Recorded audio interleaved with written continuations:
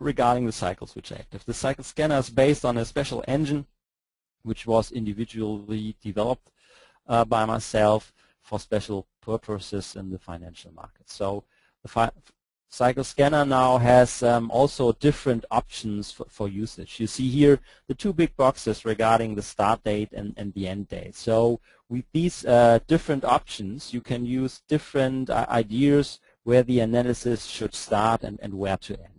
So the most easiest one would be if you just use hotspots. So you can click on the chart, and this will be the start and end date, how to use the cycles work. If you just want to use the actual period, you can use last bar on chart so that you have also up to the latest bar, and then can say, okay, I want to analyze the last 300 bars or 400 bars or whatsoever. So if you use this configuration, it will always use the last 300 bars for analysis. Or of course, you can set the individual start and end date for a period you want to analyze regarding the day and the start and the end date. So this will be a lot more easier than in the past, where you only have been able to enter all these dates. Now you can do it by just clicking on the chart with the hotspots.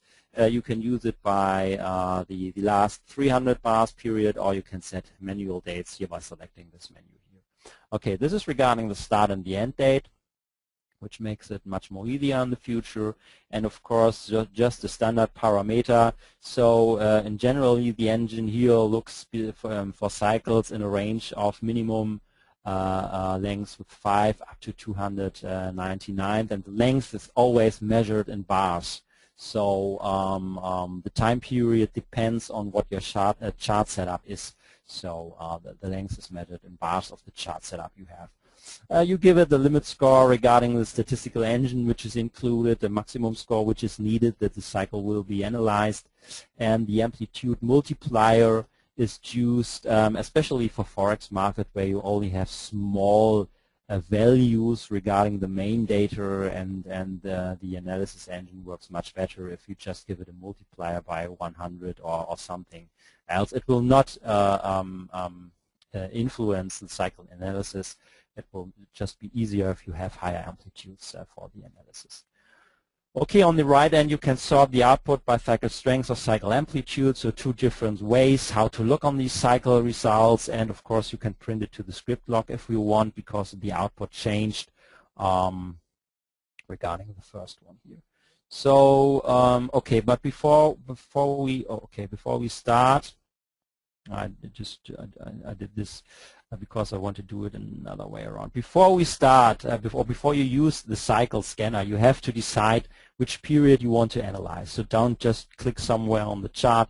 One good idea is to use high to high or low to low periods, just to set the frame to analyze your charts in this way here. So if you have a look at this chart here and want to analyze perhaps the last, okay, let's do it this way here, that we have an analysis of the last 4 months. So if we want to analyze what happens during the fast months, so let's have a look just on these two dates here. The scanning would have been done perhaps something like here if you want to have a forecast on these ideas here. So we will have, just want to see, this low is the 1st of July, and here we have a March 16th. Okay, this will be our analysis period.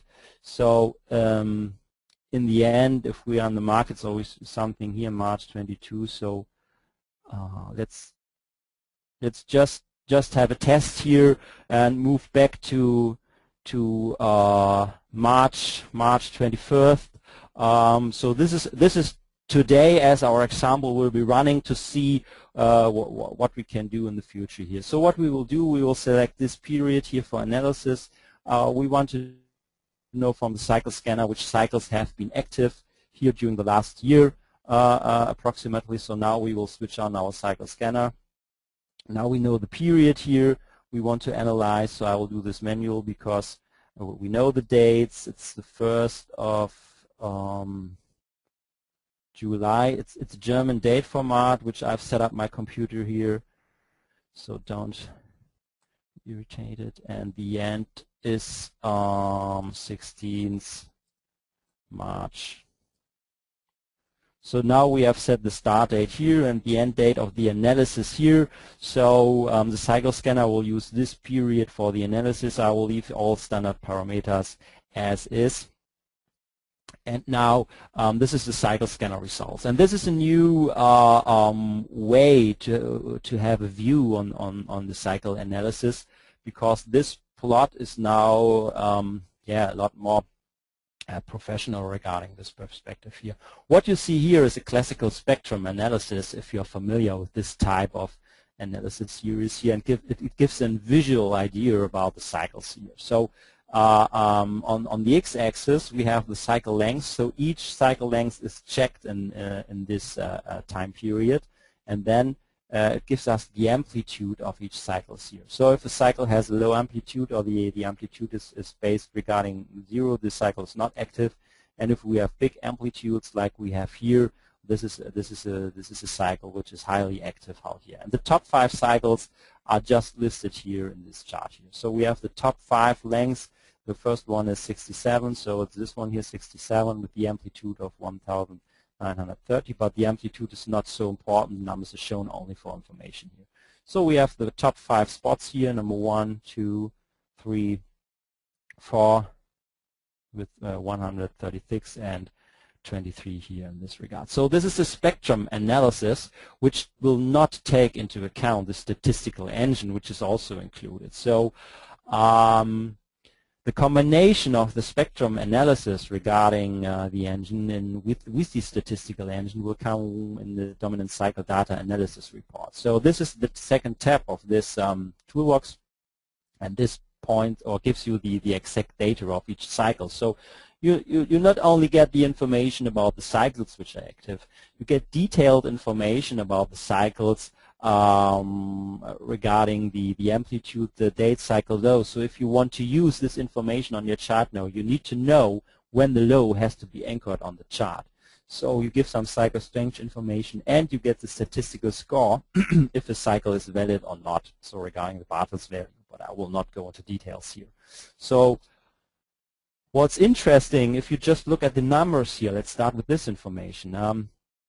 We see a different filter criteria. So the cycle 36 is listed as the first one here, because we have sorted this one by cycle strength. So it's not only based on the amplitude. Regarding the highest amplitude, we would have the cycle with the amplitude and the length of 67 placed on the first one. So it's a different view regarding the prioritization of cycles. And the second thing is that the cycle length with the number, the cycle length 47, which is this one here, which is an individual peak here on this chart. So if you, which is not mentioned in this list here. So this is one example I want to show here. So we have a peak regarding normal cycle analysis or spectrum analysis. If we look at this chart here, we have a peak at the length of 47. Yeah, which is the third highest peak we have in our analysis. Regarding normal cycle analysis, you would take this cycle as valid and do some research with it. The reason why it is not listed in this dominant list is because there's another engine included into this cycle analysis, which just checks if some of the detected cycles are statistically also valid in this price series. And if this will not reach a special limit, this cycle will be sorted out, which happened here. So yes, this cycle is detected by the spectrum analysis with the special engine, but is sorted out because it's not valid based on the statistical check. So this list is much more important because these cycles have passed a lot of different tests. And this is why I call this engine so special and individually, because this is specially tuned for financial data sets, so that we get the real cycles that are working in financial data sets. So okay, what to do with this information now? So the cycle scanner says us that during this period these 4 to 5 cycles have been active.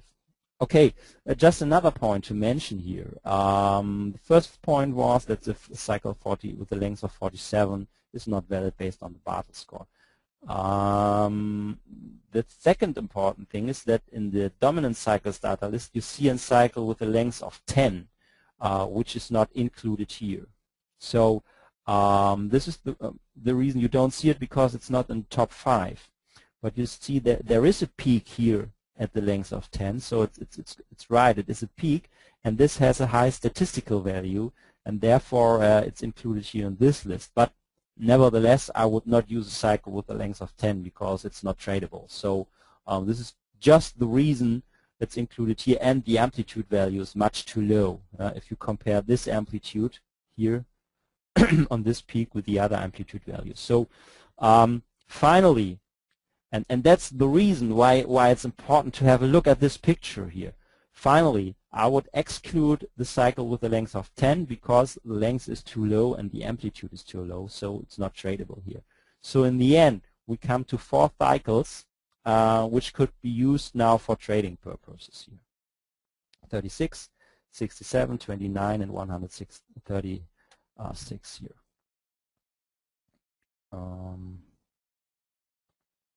Okay. Good. So what to do with this information? So this is just high mathematical stuff and analysis here. So what you can do now, we can plot each individual cycle on the chart. And this now gets important because this is a combination of 2 tools now.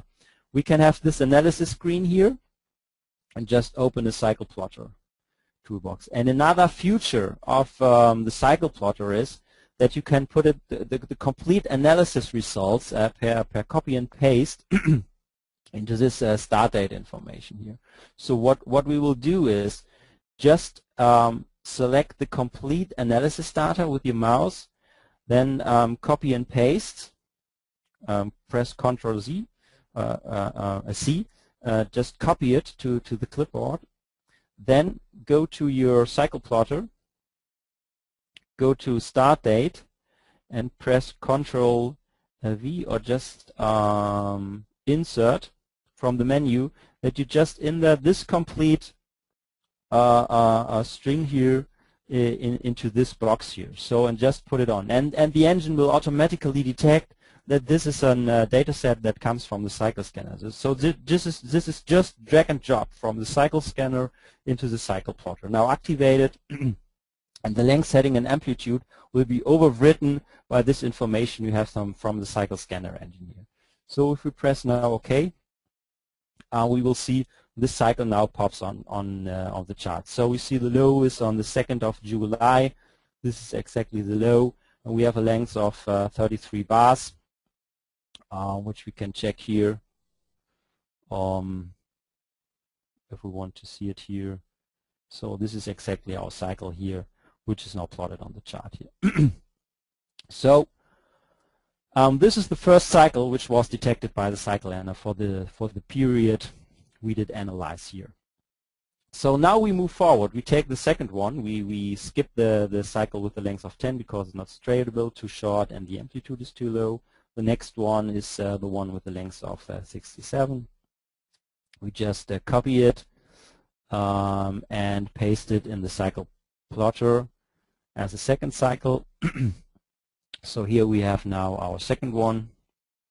I will not plot ahead in the moment here, just use the simple data here. If this happens, just sometimes the point numbers are too much, we will just correct it here. So this is the second cycle, which starts on the 6th of September with low. So this is exactly the 6th of September, so the cycle starts at the exact date and has a length of 67. So this is the second cycle here plotted in the mark. So now we will go forward, take the next one, copy it, just paste it here as our third cycle. So this is our third cycle with the length of 29, and now we will take the last one, copy and paste it, cycle plotter, as the fourth one. Okay, again, we just have to put out some numbers here. Okay, this is what you have to do. If it's too long, just take out some numbers here. So that's okay. So now all 4 cycles are plotted now on the chart here. So looks a little bit crazy perhaps, but these are the 4 cycles which have been detected by the cycle scanner. So now we can close the cycle scanner window. We have done all what we need. It gets interesting now if you switch the cycle plotter from your individual cycles to the composite modus, because you don't see each individual cycle working in the price data. But if you switch now to the composite plot, it gets quite more interesting, because now it's just adding up each individual cycle here and make the composite plot. I will just do it. So now we see all 4 cycles added up, and we first have to check if the cycles should have been detected in the right way. Then the cycle tops and lows should correspond then to major highs and lows in the market here. So I will just make it a little bit more visual. So this pattern should correspond then to price patterns here. So this one's a high, is a low. Okay, high, low, high, low, high, low. Okay, this matches perfectly to the situation. Perhaps I should change the color, but I just moved up this low, high, low, high, low, high, low, high, low, high, and now we are here. This was the end of our analysis. So what we see now is that the cycle scanner was perfectly able to detect the cycles which have been active regarding highs and lows, because it's a detrended analysis. So we do not take into account that we are in an upcycle here. We just want to choose the major change in trends which are measured here by the highs and lows. So we can be sure that the cycle scanner worked, because the cycles which are active now are pasted into a composite plot here. So this is also proof that you can, each cyclic pattern, each price pattern can be rebuilt based on cyclic analysis. So each pattern, whatever you find in stock markets, is in the end based on a cyclic combination of different cycles. And this is not more than 4 cycles here. So we can redraw the complete behavior of the market regarding tops and bottoms based on 4 cycles here. Okay, but this was the past. We did this just in the beginning of March, because we want to see if we get any interesting information for the future, because we don't know the future here for this analysis. The analysis is just based on the time period between these 2 dates, and let's see if we get any information out of this for the future, if it would have helped us navigating through the last month. So what we will do now, we will just use the cycle plotter, and this is when cyclic analysis now becomes interesting, because we can plot right forward to the right side of the chart. So what we will do now is plot ahead. So we will just tell the cycle plotter how long these cycles should be plotted over into the future. So now the same cycles are just plotted ahead of time, right up into the future here. And now we have a forecast. We have a forecast mapping based on the static cycles which have been active during this last year, or around last year. So, and what you can do, or what we can do now, I would just change the color here, is that we will build our forecast based on these cycles here.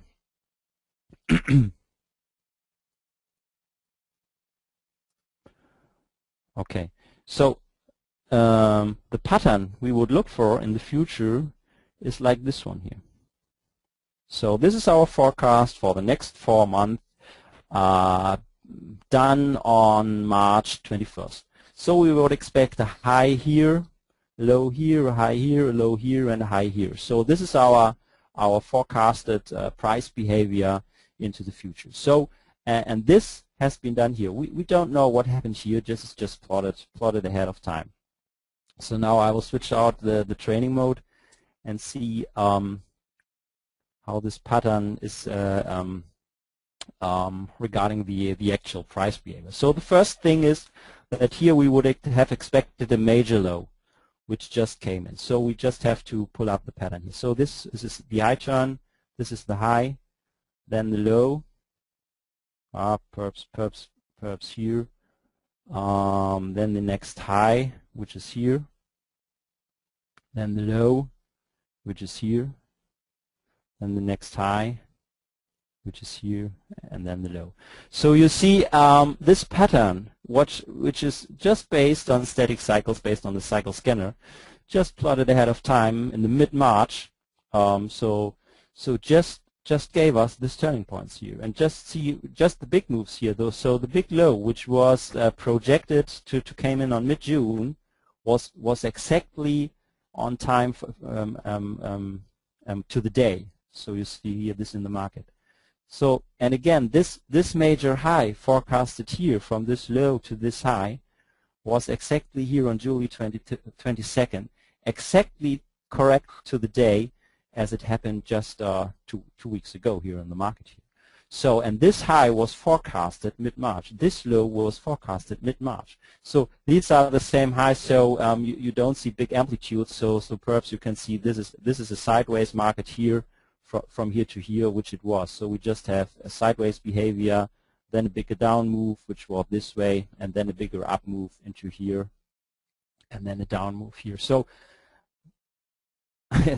quite interesting. So this pattern gave us a forecast about the market quite exactly. It couldn't have been better in the end regarding these turns here. If you see this, okay, this high is not exactly on time. This low. But this high again came up to the bar, and this low we forecasted here around this, so we have been sure we should go up into this period, then slightly down, come up a little bit, and then a big down move up to the bar here. It just makes fun to repeat because it's so exact here. So okay, I think now you understand what to do with the tools, and this is just the basic tool set here. I'm just talking about the cycle scanner and the cycle plotter. I just wanted to give you an idea that it's quite easy with the new user interface. You see it visually. You just do drag and drop, put it into the cycle plotter fields, just press OK, and now then you get your forecast here. So okay, let's just clean up a little bit.